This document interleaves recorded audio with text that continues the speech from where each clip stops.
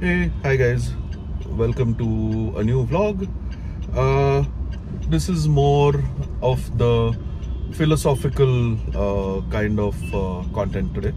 So I'm going to talk about expectations and how you can live up to, manage, or even expand beyond what is expected of you, or just how to handle expectations as a concept.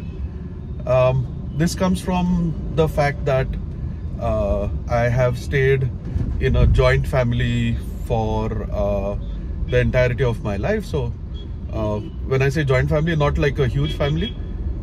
Before marriage it was me and my parents, and after marriage it was my wife, and then came along the kids.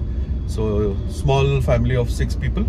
But yeah, even there are expectations of how you behave, of what you should be doing, and in certain places, I will be very truthful, I have struggled to live up to certain kinds of expectations, and in other places I have excelled, where a typical example of quote unquote Indian husband don't apply to me, because I'm not your stereotypical husband, so or Indian male as well, for that matter.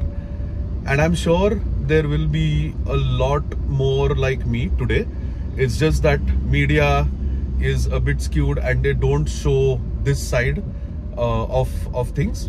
The fact of the matter is that negativity gets more attention, and therefore people still want to, be stuck in the old times and keep talking about injustice against old people, injustice against poor people, and injustice against women, the female gender, right?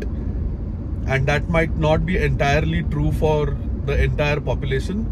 Yes, maybe it is the majority, but I'm not willing to accept that it is as rampant as, like, there will be hardly 2 to 3% exceptions, and these 3 classes are really downtrodden and people don't respect them, or people are behaving badly with these 3 classes or whatever. So expectations come from different places. The first place that they come from is your upbringing. Like, whatever you have seen in your life, the good and the bad, you try to emulate the good and you try to avoid the bad. Now, how you avoid it is entirely up to you.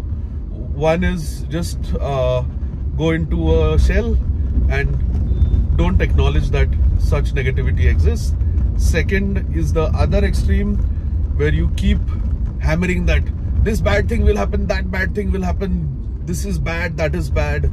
So those are the 2 extremes, and there could be a third neutral, where I think I fall, is that I know there are some negative things that could happen, and when I am bringing up my kids, or when I'm looking at the other members of my family, I place my expectations in a neutral manner, where I observe and I check. For example, if my kids lie, I don't go to the extreme of, no, then you'll turn into a robber and you'll be a dacoit and go into the entire wrong world and all of that.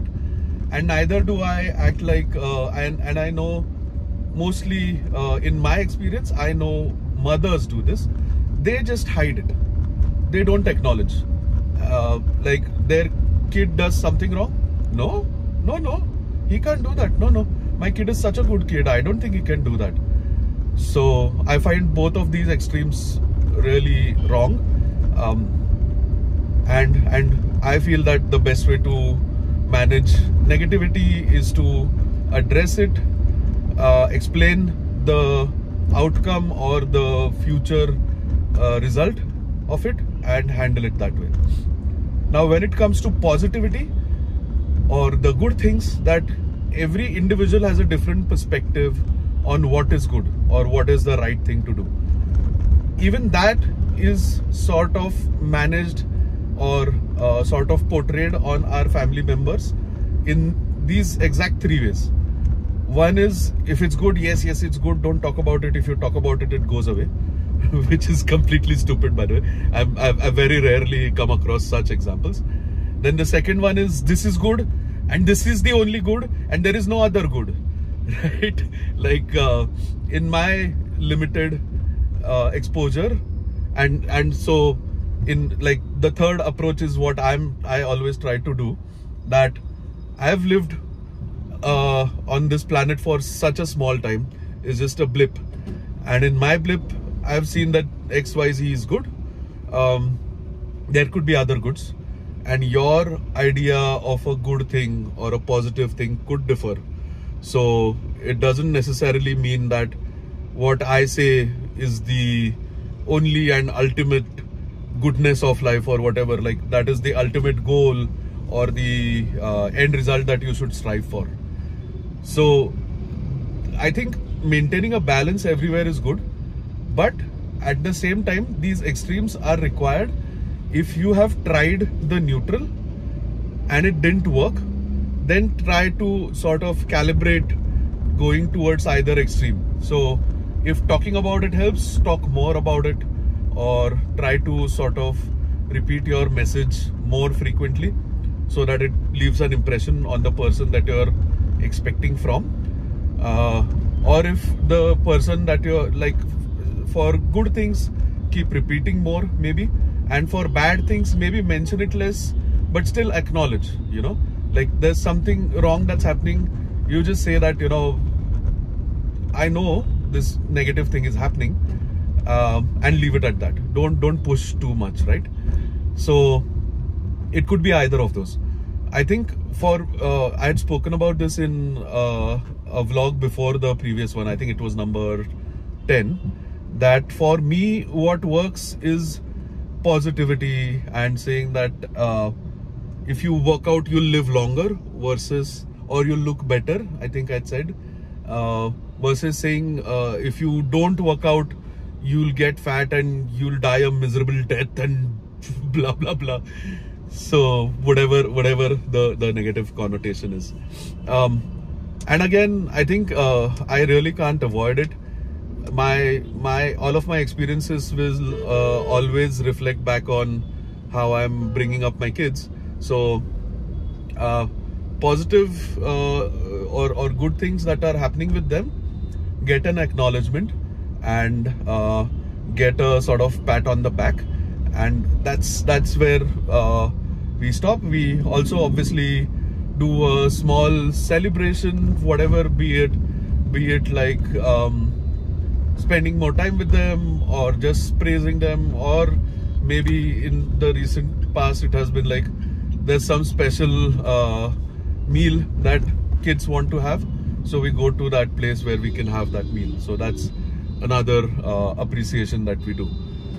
For the negatives, I always ensure that I'm not critical of them in public. So I take them aside, I talk to them alone. Now, depending on whether it's an individual case or what I like to say, twin mischief, because although my kids are almost 2 years apart, they've grown up together, and it feels like we have twins. So in Marathi it's called Zuळ्याचं दुखणं, or the pain of having twins.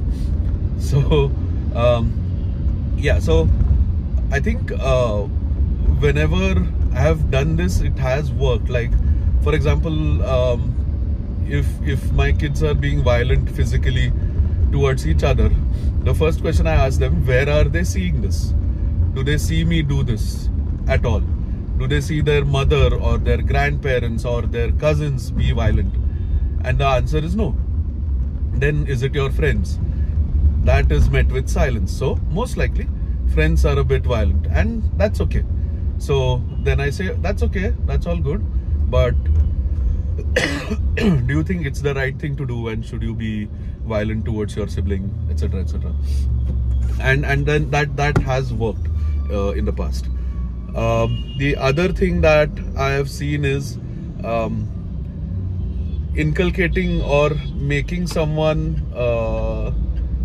get into a good habit, kids especially, is really difficult because they don't understand what they're doing, or more likely it's more difficult to explain to them. So for example, you should take care of your sibling, or the elder should take care of the younger, or the younger should help her elder sibling whenever possible.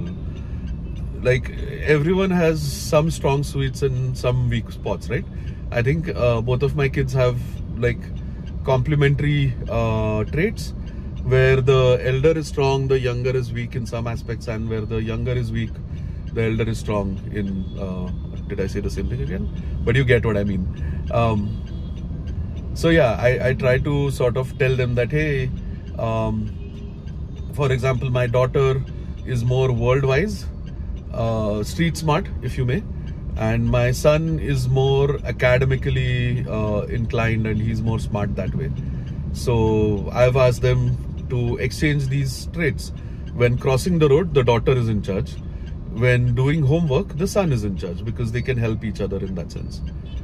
So I wish everyone knew how to do this, maintain this balance of expectations and how you manage them. And I thought that this would be a good video to make, so I made it. Again, as usual, trying to keep it below 12 minutes. So we are almost there. And yeah, so I'm driving to office after a long break, I think, and long break for me is like 6 days or something. So yeah, I was used to going to office every day, but now I'm working from home because I want to spend more time with family and also manage some chores or some activities that I need to take care of, which will be an upcoming video. And I know I promised the things to pack video. I'm just trying to figure out a better way to present my data, and I'm hoping that I'll put it up in a public space where people can just access it and add their own inputs. I'm planning to share that on the university group, and if people feel like they can add to the list, I'm going to keep it editable. So that's the plan. While I figure that out, back to the grind for another busy day. And I hope my content is relatable. I hope you guys are liking it. If you're liking it, please show a thumbs up on the video. Like, click on the thumbs up. Just don't show it out to the screen. Yay, nice. And as usual, like, share, subscribe. All right, thank you, and hope you're having a good one. Bye.